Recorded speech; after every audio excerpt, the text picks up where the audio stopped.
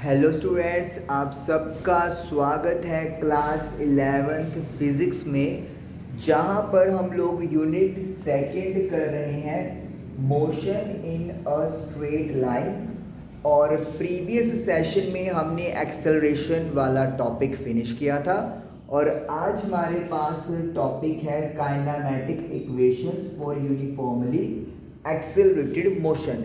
यानी कि हम लोग इक्वेशंस ड्राइव करने वाले हैं जिसमें एक्सेलरेशन क्या रहने वाला है, यूनिफॉर्म, यानी कि सेम रहने वाला है। ना एक्सेलरेशन की वैल्यू कम होगी ना ज़्यादा होगी। ओके, हम लोगों को पहला जो मेथड है वो अपन करने वाले हैं ग्राफिकल मेथड। हम लोग first of all graphical method से इक्वेशन को डिराइव करेंगे। ये इक्वेशंस आप लोगों ने क्लास 9th में भी डिराइव की थी, तो वही सेम प्रोसेस है ग्राफिकल मेथड में जो 9th क्लास में आपने किया था। यहाँ पर हम लोग क्या करेंगे, एक वेलोसिटी टाइम ग्राफ ड्रॉ करेंगे। वाई एक्सिस पर वेलोसिटी लेंगे जिसका यूनिट होगा मीटर पर सेकेंड, और एक्स एक्सिस पर टाइम लेंगे सेकेंड्स में। ये ओरिजिन है ओ। स्टार्टिंग में यानी टाइम ज़ीरो पे आप लेट कर लो आप एक वेलोसिटी u से कहीं पर जा रहे हो, क्योंकि एक्सेलरेशन हो रहा है और यूनिफॉर्म है, तो इसका मतलब है कुछ टाइम के बाद, लेट मी से ये टाइम है यहाँ पर t, तो 0 से t यानी टाइम t सेकेंड्स के बाद जो वेलोसिटी है वो सपोज कर लो v हो जाती है, इंक्रीज हो रही है वेलोसिटी, क्योंकि आप एक्सेलरेशन मोशन में हैं। तो फिर होगा क्या, यहाँ पर 0 पे आपकी वेलोसिटी u है और टाइम t पर आपकी वेलोसिटी v है। अगर मैं यहाँ पर इस ट्राइंगल को कंप्लीट कर लूँ, इसे मैं a b और इस पॉइंट को मैं c नाम दे देता हूँ। तो ट्राइंगल ए बी सी की अगर हम लोग बात करें, हम लोगों ने डिस्कस किया था कि वेलोसिटी टाइम ग्राफ में जो लाइन का स्लोप होता है वो हमें एक्सेलरेशन की वैल्यू प्रोवाइड करता है। यानी स्लोप मुझे क्या देगा, एक्सेलरेशन की वैल्यू प्रोवाइड करेगा। अगर मैं इसको एंगल थीटा लेट कर लूँ तो जो स्लोप है वो टैन थीटा के इक्वल होगा, और एक्सेलरेशन को मैंने क्या लेट कर लिया, ए लेट कर लिया। टैन थीटा आप सबको पता है क्या होता है, मैं इधर साइड में लिख देता हूँ। टैन होता है परपेंडिकुलर अपॉन बेस। अगर इस ट्राइंगल को आप देखोगे तो जो परपेंडिकुलर है वो ए बी है, परपेंडिकुलर हो गई हमारी ए बी, और जो बेस है वो है C B. Perpendicular upon base is equal to tan theta. अगर मैं ए बी की बात करूं तो ए बी कैसे कैलकुलेट होगी, अगर हम लोग इस कंप्लीट में से जो v है, अगर मैं u माइनस कर दूं, तो v माइनस अगर मैं u कर दूं तो मुझे क्या मिलेगा, ए बी की वैल्यू मिल जाएगी। इसी तरीके से जो सी बी है 0 से लेकर t, यानी कितना हो गया टोटल, t हो गया, t कर दूं तो मेरे पास v minus U is equal to A T, या v is equal to u plus A T. ये मेरे पास फर्स्ट इक्वेशन यहाँ पर ड्राइव हो गई। काइनेमेटिक इक्वेशन 3 है टोटल, तो ये मैंने फर्स्ट ड्राइव कर ली, v is equal to u plus A T. ये हम लोगों को पता होनी चाहिए, डायरेक्टली भी हम लोग न्यूमेरिकल्स में यूज़ करेंगे। ओके, अब करेंगे हम लोग सेकंड इक्वेशन ड्राइव। चलिए इसको अपन इरेज कर देते हैं, और सेकंड में जो ये फर्स्ट वाला रिजल्ट है वो यूज हो सकता है। चलिए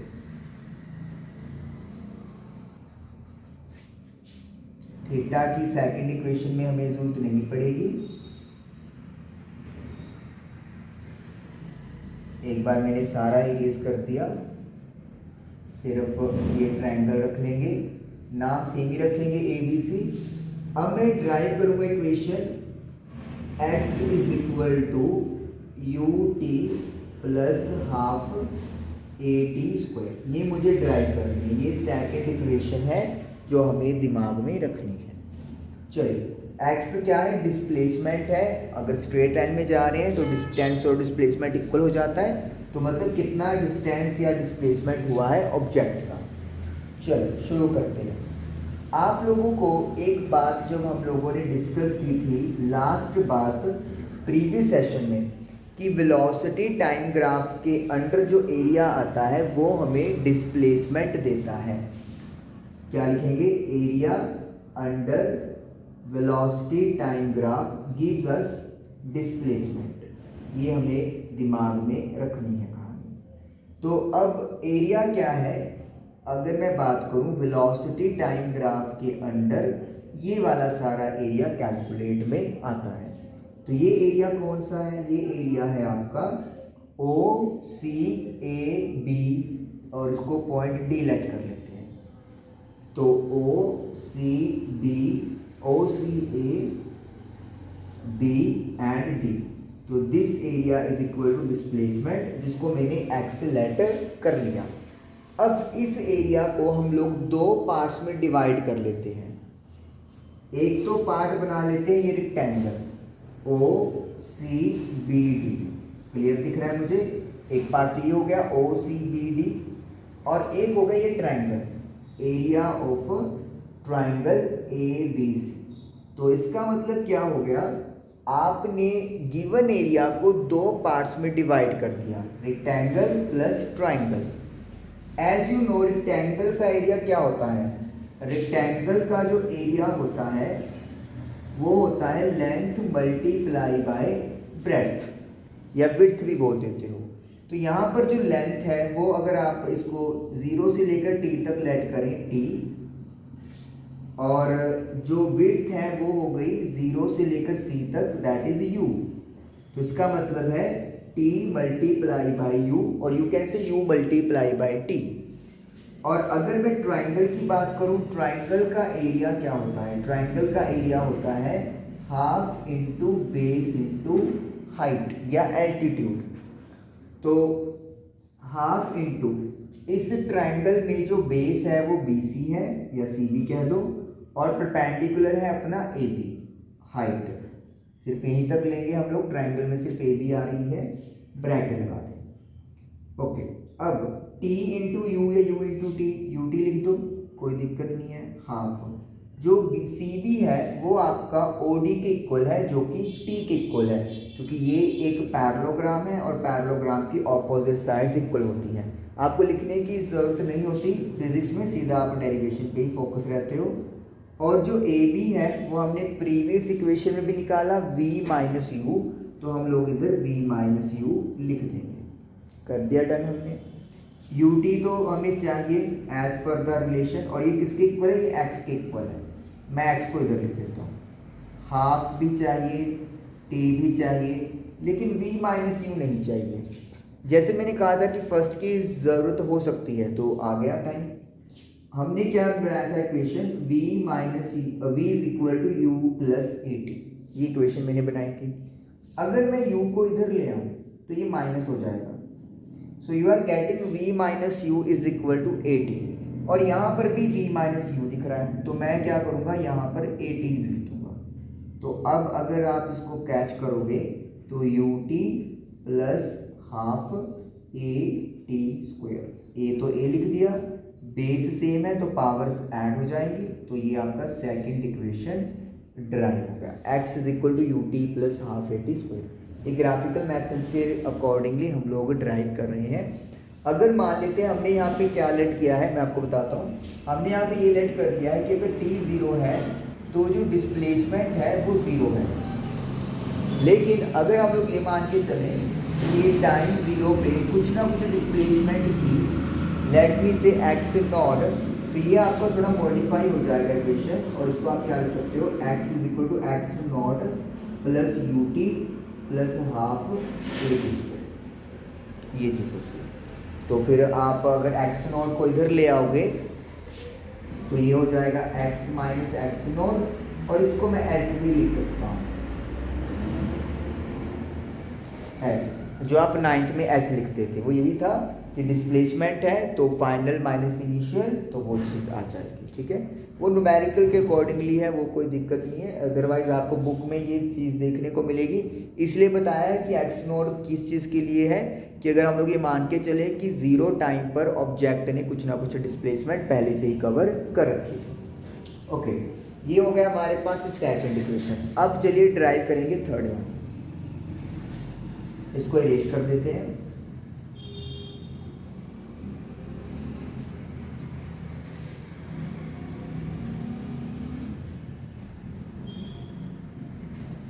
थर्ड में भी सेम डायग्राम है, डायग्राम तीनों में सेम है, कोई डिफरेंस नहीं है, सिर्फ यूज थोड़ा थोड़ा डिफरेंट है।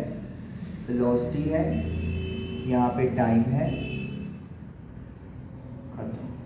अब देखिए, अब मुझे ड्राइव करनी है third equation, B square minus U square is equal to 2as। S की जगह एक्स लिख लो, आप एक्स ही लिखते आ रहे हैं, ठीक है। ओके, अब वह कहानी वहीं से शुरू करेंगे कि एरिया वेलोसिटी टाइम ग्राफ के अंडर मुझे डिस्प्लेसमेंट प्रोवाइड करता है, तो मैंने यहाँ पे क्या लिख दिया, डिस्प्लेसमेंट लिख दिया, कोई दिक्कत नहीं है। अब अगेन वही बात की थी, area O C A B D, तो यहाँ तक तो कहानी बिल्कुल सेम है, कोई फर्क नहीं कर रहे अपन। लेकिन अब यहाँ पे फर्क आएगा। पिछली इक्वेशन में हमने क्या किया था, इस एरिया को दो पार्ट्स में डिवाइड किया था, रेक्टेंगल प्लस ट्राइंगल। अब ऐसा नहीं करेंगे, हम लोग क्या करेंगे, इसको as a whole area calculate करेंगे। ये फिगर एक ट्रेपीजियम बन रही है, आप देख सकते हो, ये फिगर एक ट्रेपीजियम बन रही है। ट्रेपीजियम क्या होता है, ट्रेपीजियम होता है जिसमें एक पेयर ऑपोजिट साइड्स का पैरेलल होता है, OC और AD आपस में पैरेलल है, और एक दूसरा जो पेयर होगा वो नॉन पैरेलल होगा। तो एरिया ऑफ अगर ट्रेपीजियम कैलकुलेट करना हो तो कैसे कैलकुलेट करते हैं, half into sum of parallel sides. यहाँ पे लिख देते हैं एरिया ऑफ ट्रेपीजियम कैसे कैलकुलेट होता है, half into sum of parallel sides multiply by altitude, ये होता है फॉर्मूला। अब इसके अकॉर्डिंगली करेंगे अपन। तो सबसे पहले sum of parallel side, parallel side कौन कौन सी है, OC एंड AD, तो OC प्लस AD। और एल्टीट्यूड कौन है, एल्टीट्यूड है OD। आप OD भी लिख सकते हो, आप BC भी लिख सकते हो, आपकी मर्जी है, क्योंकि दोनों इक्वल है मैग्नीट्यूड में। और ये किसके इक्वल है, ये डिस्प्लेसमेंट यानी x के इक्वल है, तो मैं x लिख दूंगा। हाफ OC की वैल्यू है u प्लस AD, A से लेकर D, ये कंप्लीट हमारा v के इक्वल है। एंड OD जो है वो टाइम t को रिप्रेजेंट कर रहा है, लिख दिया। अब रिलेशन में देखो, हमें t नहीं चाहिए, तो इसे भी खत्म करने के लिए मुझे फर्स्ट इक्वेशन की हेल्प लेनी है। फर्स्ट इक्वेशन में क्या था, v minus U is equal to AT था, v is equal to U plus AT था, u इधर ले आया अपना। मुझे t चाहिए, तो व्हाट विल आई डू, मैं a को डिवाइड में ले चलूंगा, तो t जो है वो v माइनस यू बाई ए आ गया। यहाँ पर पुट कर देते हैं, सबसे पहले 2 को क्रॉस कर दो, तो 2x हो जाएगा। u प्लस v को v प्लस यू लिख दो, कोई चक्कर नहीं है, प्लस में कम्युनिकेटिव होता है रिजल्ट। यहाँ पे मत कर देना, v माइनस यू है, v माइनस यू रहेगा, और डिवाइड में a आ रहा है, a को ऊपर शिफ्ट कर दो, तो ये आ जाएगा 2ax, a plus b multiply a minus b, तो a square minus b square. तो आप देख सकते हो ये रिजल्ट आपका ड्राइव हो गया। वही चीज अगर हम लोग ये मान के चले कि स्टार्टिंग में 0 पे नहीं था अपना डिस्प्लेसमेंट, तो फिर आप इसको x को रिप्लेस कर दोगे x माइनस एक्स नोट से,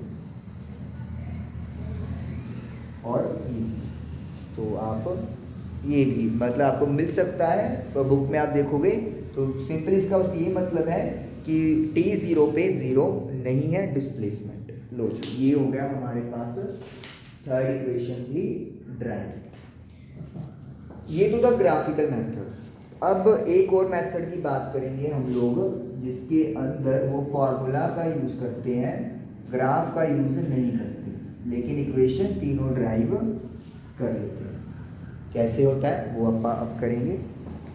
इसमें हमें क्या याद रखना होता है कि अगर लेट इनिशियल वेलोसिटी क्या लेट कर लो, u लेट कर लो स्टार्टिंग में।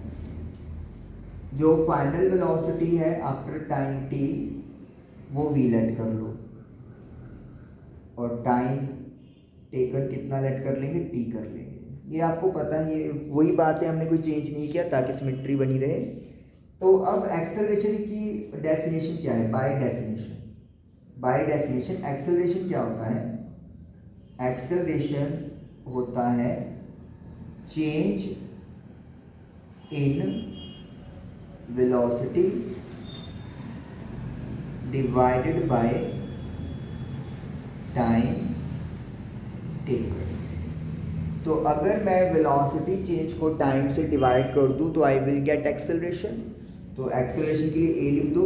चेंज इन वेलोसिटी क्या होता है, final velocity minus initial velocity. तो फाइनल v है, इनिशियल u है, t में t है 10। तो दिस इज योर रिजल्ट, और आप देख सकते हो u प्लस का हो जाएगा, तो u plus AT is equal to v। ये आपकी बन गई पहली इक्वेशन, फॉर्मूला टाइप से यूज किया और हमने ये बना लिया पहला इक्वेशन। अब बनाएंगे दूसरी इक्वेशन क्या थी, x is equal to U T plus half AT square. चलिए अब उसके लिए देखिए कैसे यूज़ करेंगे हम लोग कहानी को।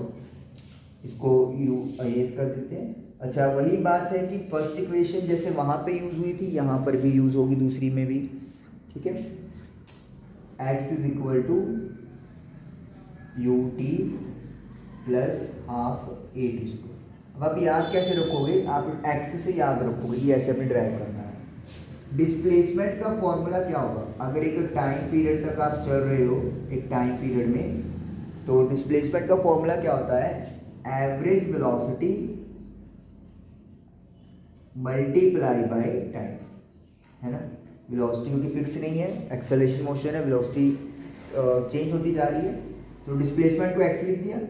अगर मेरे पास इनिशियल और फाइनल वेलोसिटी होते हैं तो एवरेज वेलोसिटी का फॉर्मूला होता है final velocity plus initial velocity upon 2। ये एवरेज वेलोसिटी का फॉर्मूला है जब आपको इनिशियल वेलोसिटी और फाइनल वेलोसिटी पता होते हैं, मल्टीप्लाई बाय टाइम।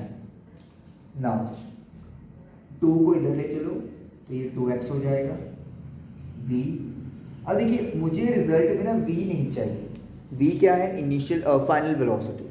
तो जैसे मैंने कहा था कि इक्वेशन 1 की हेल्प लेनी पड़ेगी, तो v का फॉर्मूला क्या है, u प्लस AT। तो यहाँ पर वो पुट कर देंगे हम लोग, ठीक है। तो v की जगह लिख दो u प्लस AT, और प्लस में ये u आ ही रहा है, और इस सारे का मल्टीप्लाई t से। मैं 2 को ऑलरेडी उधर लेके जा चुका हूँ। v की जगह लिखा u प्लस AT, ये आ गया, plus u as it is, multiply में t हो रहा है। नाउ u में u ऐड करेंगे तो 2u हो जाएगा, और AT एज इट इज, और मल्टीप्लाई में t है आपके पास, कोई दिक्कत नहीं है। नाउ 2u को t से मल्टीप्लाई किया तो 2ut हो गया, और AT को t से किया तो AT स्क्वायर हो गया। इजी है। अब आप इस 2 को दोबारा डिवाइड में ले चलो हर क्वांटिटी के नीचे, तो इसके नीचे भी 2 आ जाएगा और इसके नीचे भी आ जाएगा। सही है, कोई गड़बड़ नहीं 2 को लेके सिंपली। तो अगर आप इसको सॉल्व करोगे, इधर ही सॉल्व कर देता हूँ, तो x इज इक्वल टू 2 से 2 cancel, ut plus half AT बन जाएगा। ये मेरे पास सेकंड इक्वेशन ड्राइव हो गई। बात वही फिर आ गई, अगर स्टार्टिंग में आप डिस्प्लेसमेंट कुछ मान के चल रहे हो तो फिर फॉर्मूला में x की जगह एक और मतलब साथ में x नॉट भी आप लिख दोगे, कोई दिक्कत नहीं। ये हमारा ड्राइव हो गया सेकंड इक्वेशन। ओके, अब चलिए चलते हैं तीसरी इक्वेशन की तरफ।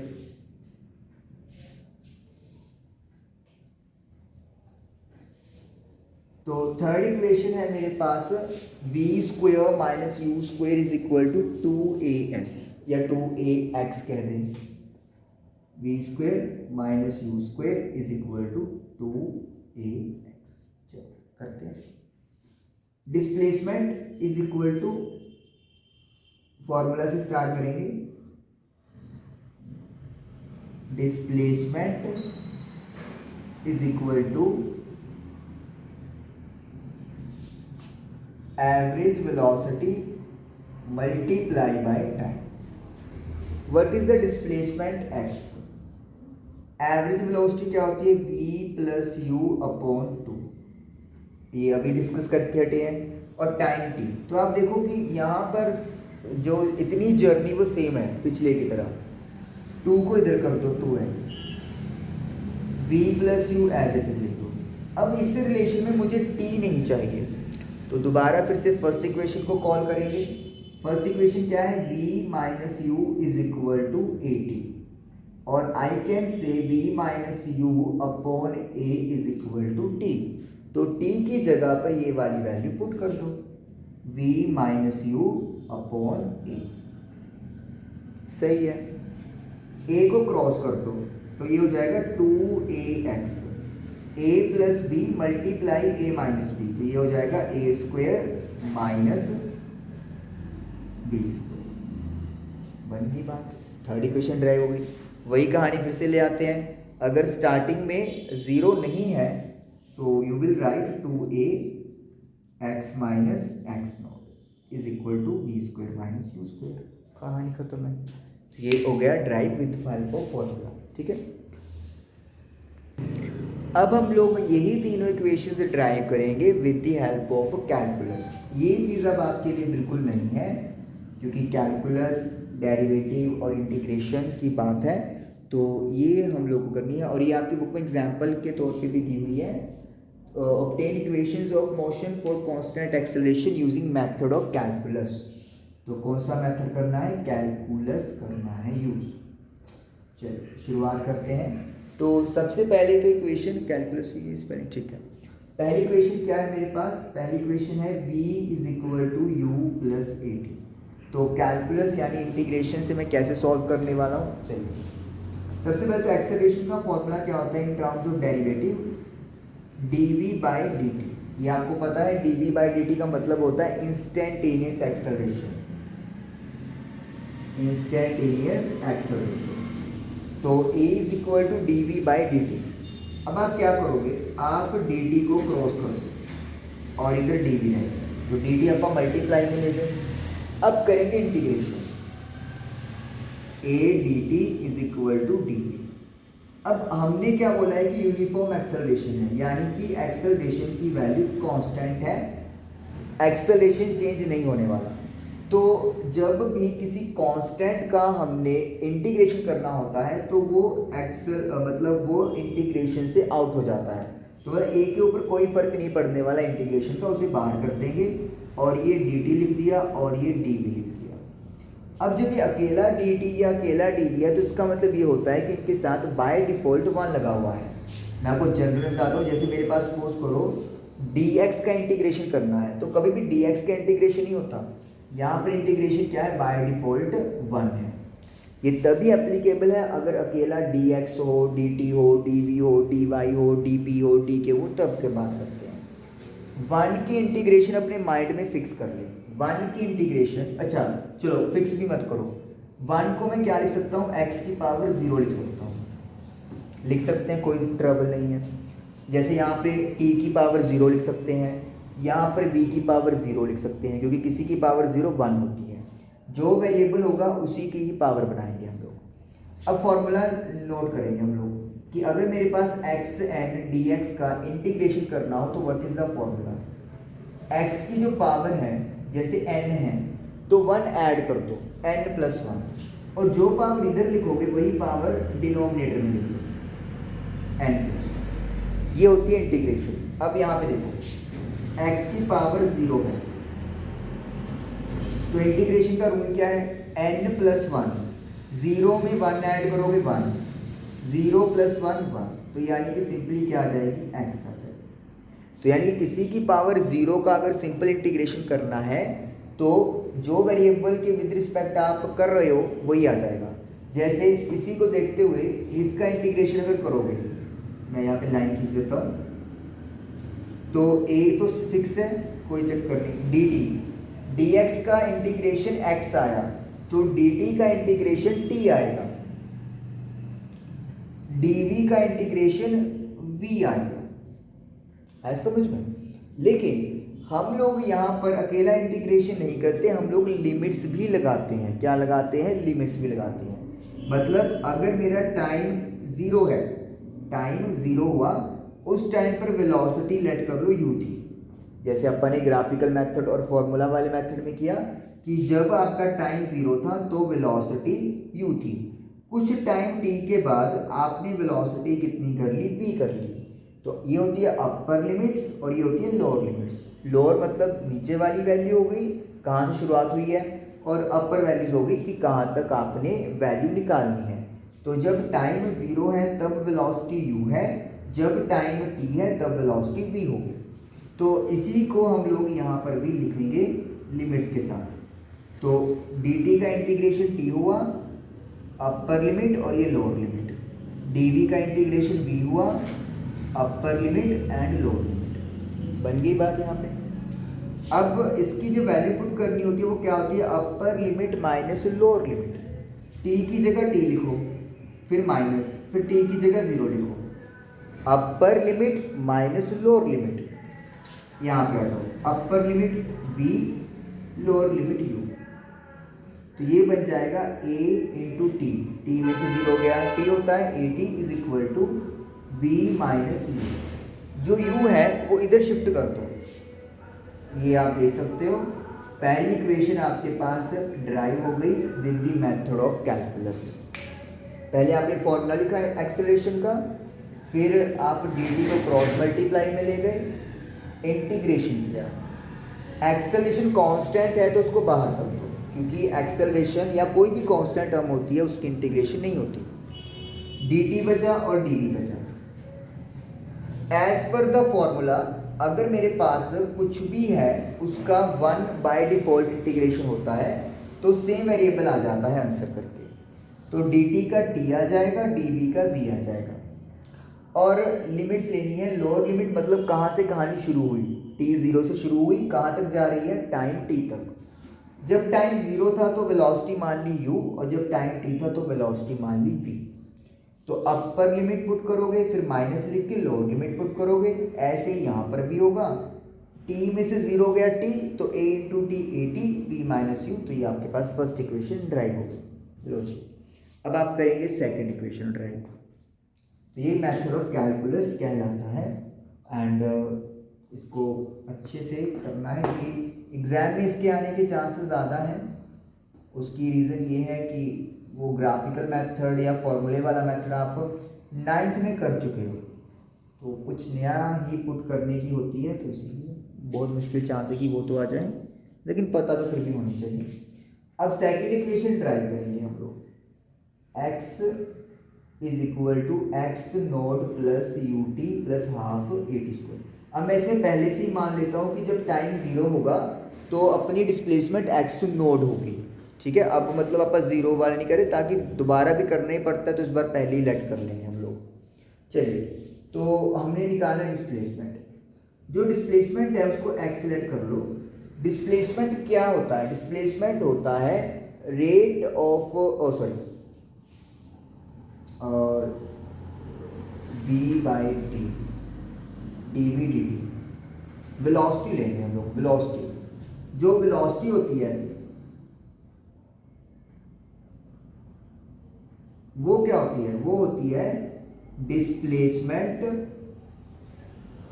अपॉन टाइम, ये होती है।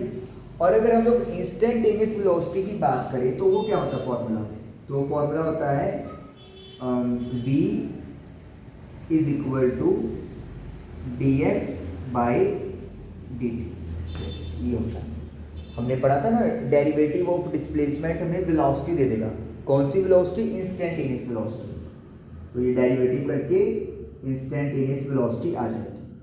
आगे आ जाएंगे, क्रॉस कर दो, v dt is equal to dx। सही है। अब जैसे हमने दो मेथड किए थे और हमने दोनों में फर्स्ट इक्वेशन का यूज़ किया था, यहाँ पर भी वही होगा। v की जगह लिखा जाएगा, हमने फर्स्ट इक्वेशन क्या ड्राइव की है, v is equal to u plus A T, तो v की जगह पर u प्लस ए टी लिखेंगे और मल्टीप्लाई में dt is equal to dx। कोई गड़बड़ नहीं है, सब कुछ ओके रिपोर्ट चल रहा है। वेलोसिटी का फॉर्मूला लिखा इन टर्म्स ऑफ डेरिवेटिव, फिर क्रॉस किया है मल्टीप्लाई और v की वैल्यू पुट की है। अब मल्टीप्लाई करो, u को dt से किया u dt, at को dt से किया at dt और dx का dx। अब करेंगे इंटीग्रेशन का यूज, तो इंटीग्रेशन का साइन लगा दो, हर टर्म पर इंटीग्रेशन का साइन लग जाएगा, u dt पर भी, at dt पे भी और dx पे भी लग गया, कोई दिक्कत नहीं है।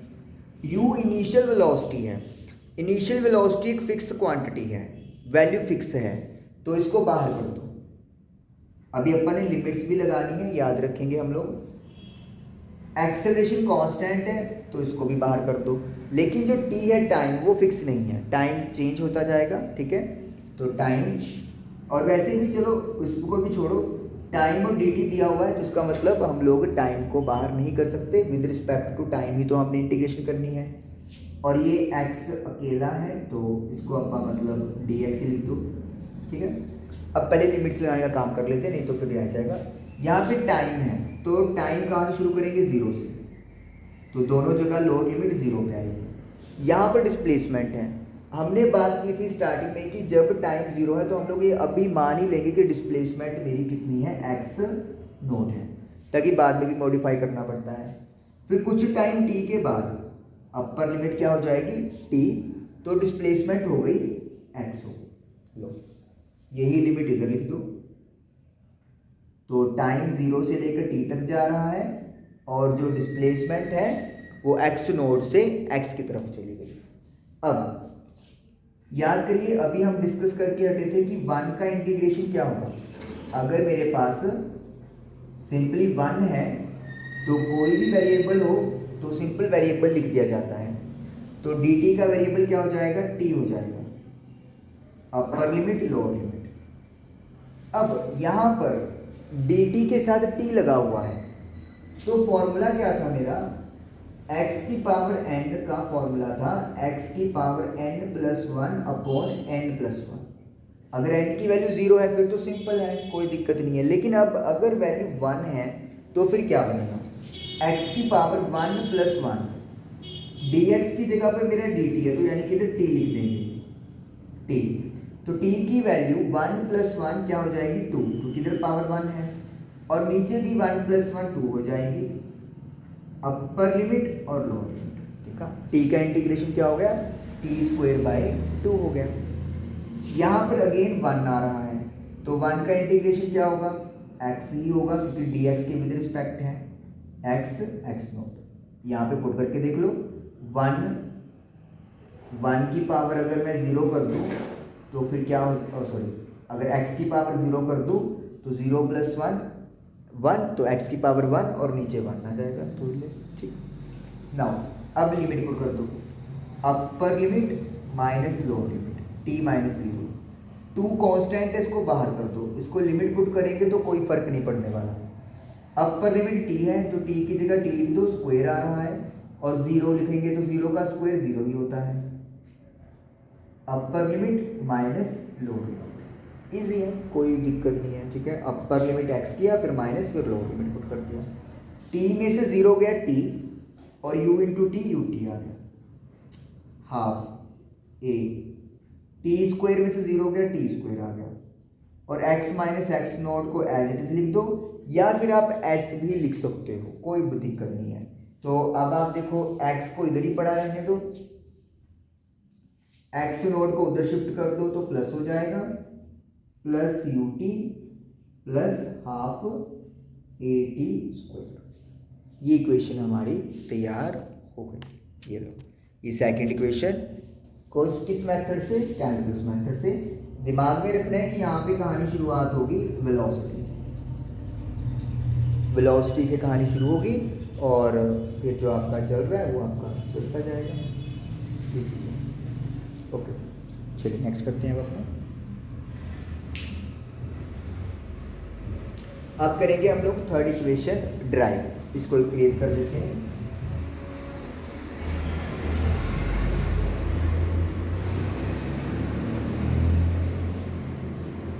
थर्ड इक्वेशन में हमारे पास क्या है, B square minus U square is equal to 2ax। वही अपन इसमें भी पहले लेट कर लेंगे कि जब टाइम जीरो है तो डिस्प्लेसमेंट जीरो नहीं है, 2ax minus X not. Okay चलिए यहाँ पर अब हमें दोबारा जो कहानी है वो एक्सेलरेशन से स्टार्ट करनी है।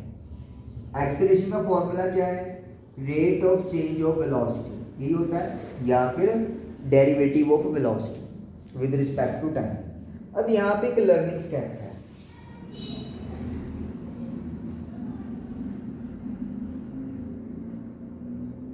क्या है वो लर्निंग स्टेप, आप क्या करोगे, dv बाई dt को dx के साथ मल्टीप्लाई और डिवाइड कर दोगे। थर्ड इक्वेशन ड्राइव करते हुए ये चीज करनी है, dv बाई dt है तो dx से मल्टीप्लाई और डिवाइड करेंगे। एक सेकेंड, ठीक है, हाँ जी। तो अब इसको थोड़ा शफल करके लिखोगे, dv by dx, dx by dt लिख सकते हैं। इसको इधर लिख दिया, इसको इधर लिख दिया, मल्टीप्लीकेशन है, कोई फर्क नहीं पड़ता, चाहे 2 को 5 से कर दो, चाहे 5 को 2 से कर दो। अब आप ध्यान से देखिए कि क्या चेंज होगा, dv बाई dx तो आपका एज इट इज लिख दो, इसमें तो कोई है नहीं है गड़बड़। dx अपॉन dt क्या है, डेरिवेटिव है डिस्प्लेसमेंट का विद रिस्पेक्ट टू टाइम, और डिस्प्लेसमेंट अपॉन टाइम क्या होता है, वेलोसिटी, ये याद रखना है। तो इसका मतलब है मेरे पास इक्वेशन क्या बन गई एक्सेलरेशन की, v multiply by dv by dx। तो ये भी आपको दिमाग में होनी चाहिए, एक फॉर्मूला है एक्सेलरेशन का, जब आपको टाइम का जिक्र ना करें, डिस्प्लेसमेंट और वेलोसिटी की बात करें तब ये फॉर्मूला लगेगा, यूज होता है डायरेक्टली, तो इसीलिए आपको ये याद रखना है। अब आप क्या करोगे, अब करनी है मुझे cross, a multiply by dx v into D. अब लेंगे इंटीग्रेशन, a का dx और v का dv, कर दी इंटीग्रेशन, कोई प्रॉब्लम नहीं, यहाँ तक तो बड़ा इजी है, सही चल रहा है। a कांस्टेंट है, अब बाहर कर दो इसको और लिमिट्स भी लगाएंगे अपन, और यहाँ पर v बाहर नहीं आ पाएगा क्योंकि v का ही तो इंटीग्रेशन होना है विद रिस्पेक्ट टू। अब यहाँ पर डिस्प्लेसमेंट है, यहाँ पर वेलोसिटी है। जब मेरा डिस्प्लेसमेंट x नोड है तो इनिशियल वेलोसिटी क्या लेट कर लेंगे, u। जब कुछ टाइम के बाद डिस्प्लेसमेंट x हो जाएगा तो वेलोसिटी क्या लेट कर लेंगे, v। तो यहाँ पर वेलोसिटी की आएंगी लिमिट्स और यहाँ पर डिस्प्लेसमेंट की आएंगी। सेम यहाँ पे भी कर दो, x node v and u, हो गया डन। x dx का इंटीग्रेशन है, यानी कि 1 का इंटीग्रेशन सेम वेरिएबल आ जाता है, यानी कि x, upper limit lower limit. अब यहाँ पे v आ गया, अब इस पे क्या लगेगा आपका, x की पावर n dx वाला फॉर्मूला लगाओ। क्या होता है, एक पावर ऊपर इंक्रीज कर देते हो और सेम पावर नीचे लिख देते हो। तो यहाँ पर वेरिएबल v है, v की पावर 1, तो 1 प्लस 1 2, 1 प्लस 1 2, v बन गई कहानी, हो गई कंप्लीट बस। अब upper limit x minus lower limit x note, 1 by 2 बाहर कर दो, upper limit v minus lower limit, क्योंकि स्क्वायर है तो लिमिट के साथ भी स्क्वायर लगेगा, ये आ गया। 2 को क्रॉस कर दो, 2a x minus x note v square minus u square, and you can clearly see यही इक्वेशन हमने ड्राइव करनी थी। आप x माइनस एक्स नोट को ऐसे लिख सकते हो तो भी आंसर आ जाएगा। ओके तो अब आपके पास पहले क्या याद रखना है कि एक्सेलरेशन से स्टार्ट होगी dv/dt, कोई बड़ी बात नहीं है, ठीक है। यहाँ पे लर्न करना है कि इस स्टेज पे dx के साथ मल्टीप्लाई और डिवाइड करोगे और जो डिनोमिनेटर में dx और dt है इनको शफल कर दोगे। कम्युनिकेटिव होता है, प्रोडक्ट कर सकते हैं। dv/dx का तो कुछ कर नहीं पाएंगे, लेकिन डिस्प्लेसमेंट अपॉन टाइम को v लिख सकते हैं। तो v dv/dx, फिर क्रॉस मल्टीप्लाई किया, इंटीग्रेशन की लिमिट्स लिख दी हमने और फिर इंटीग्रेशन लगा दिया। अगर 1 है तो सिंपली जो वेरिएबल है वो लिख दो, अगर पावर 1 के अलावा कुछ है 2 3 4 1 तो फिर वो रूल ये वाला लगाओ, जितनी पावर ऊपर उतनी पावर नीचे आ जाएगा। और इस तरीके से डन हो गया। तो इस तरीके से हमारी इक्वेशंस ड्राइव हो गई और तीनों तरीक़ों से हमने वो कर लिया। तो आई जस्ट होप कि आपको क्लियर हुआ होगा। Thank you for watching the video.